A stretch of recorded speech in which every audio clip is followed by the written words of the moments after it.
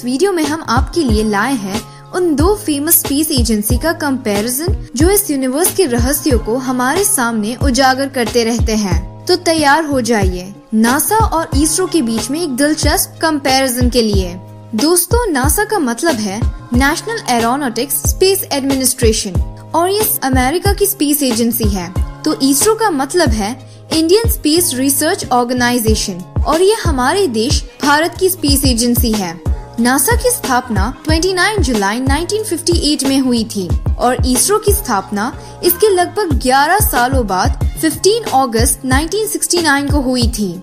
White D एइसेनहोवर को NASA की स्थापना का श्रेय दिया जाता है। तो इसरो के पितामह विक्रम साराभाई थे। नासा का हेडक्वार्टर अमेरिका की राजधानी वॉशिंगटन डीसी में है। तो इसरो का हेडक्वार्टर भारत के बेंगलुरु में है। आज नासा का कार्यभार चार्ल्स बॉल्डन संभालते हैं। तो इसरो के वर्तमान चेयरमैन डॉक्टर के सिवन हैं। आपको बता दें कि नासा में लगभग 17,336 लोग काम करते हैं जो सिर्फ अमेरिका के ही नहीं बल्कि दुनिया के अलग अलग देशों से होते हैं। फोर्ब्स की रिपोर्ट के अनुसार इनमें से करीब 3% लोग भारतीय हैं, लेकिन 2008 में टाइम्स ऑफ इंडिया में पब्लिश की गई इंडियन गवर्नमेंट की रिपोर्ट के अनुसार नासा में 36% भारतीय साइंटिस्ट काम करते हैं। जी हाँ दोस्तों, 36%। कल्पना चावला, सुनीता विलियम्स, अश्विन वसावाडा और शर्मिला भट्टाचार्य कुछ जाने माने भारतीय हैं जो नासा में काम कर चुके हैं। वहीं दूसरी तरफ इसरो में करीब 16,072 लोग काम करते हैं और ये सभी लोग भारतीय हैं। एक तरफ जहां नासा के ज्यादातर प्रोजेक्ट्स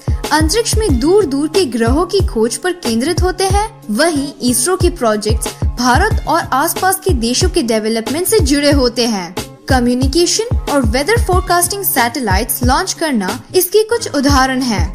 अगर हम सालाना बजट की बात करें तो नासा और इसरो में जमीन आसमान का अंतर है। एक तरफ नासा का बजट $20.7 बिलियन है तो इसरो का बजट सिर्फ $1.6 बिलियन है। जहां नासा नए नए प्रोजेक्ट्स को करने के लिए दुनिया भर में मशहूर है, वहीं इसरो सबसे कम खर्च में सफल प्रोजेक्ट्स करने के लिए जानी जाती है। दोस्तों, आपको एक बात बता दें कि नासा अपने सैटेलाइट और रॉकेट के लिए सामान बाहर से खरीदती है और दुनिया के अलग अलग देशों की स्पेस एजेंसीज के साथ मिलकर प्रोजेक्ट्स पर काम करती है। लेकिन आपको जानकर खुशी होगी कि इसरो लगभग हर चीज खुद ही बनाती है और प्रोजेक्ट्स को भी ज्यादातर अकेले ही करती है। अगर हम सबसे सफल मिशंस की बात करें तो नासा के पायोनियर, वॉयेगर, कैसिनी-हुइगेन्स, हबल, अपोलो, विकिंग और स्पिट्जर जैसे मिशन को कामयाबी से पूरा किया गया है। तो इसरो ने चंद्रयान 1, मंगलयान 1, कार्टोसैट और PSLV-C37 को कामयाब किया है। PSLV-C37 वही प्रोजेक्ट है जिसमें इसरो ने एक ही रॉकेट में 104 सैटेलाइट लॉन्च की थी। नासा ने अपनी पहली सैटेलाइट जनवरी 1958 में लॉन्च की थी जिसका नाम एक्सप्लोरर 1 था, जबकि इसरो की पहली सैटेलाइट का नाम आर्यभट्ट था जिसे सोवियत यूनियन की मदद से 1975 में लॉन्च की गई थी।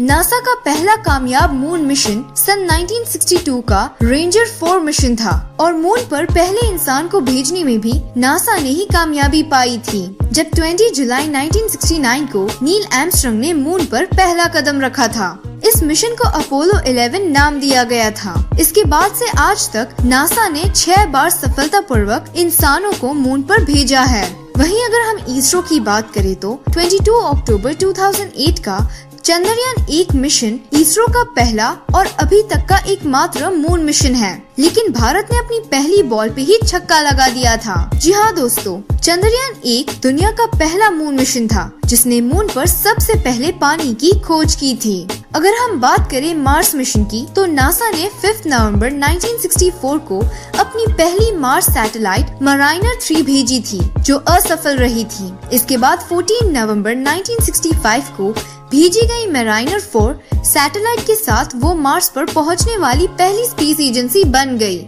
इसके बाद भी नासा ने मार्स पाथफाइंडर, मार्स इनसाइट और क्यूरियोसिटी जैसे सफल मार्स मिशन चलाए हैं। वहीं इसरो का अपना पहला मार्स मिशन मंगलयान 1 था जिसे 5 नवंबर 2013 को लॉन्च किया गया था। इस मिशन के साथ इसरो ने पूरी दुनिया को चौंकाकर अपनी पहली कोशिश में मार्स पर पहुंचने वाली सबसे पहली स्पेस एजेंसी बन गई थी।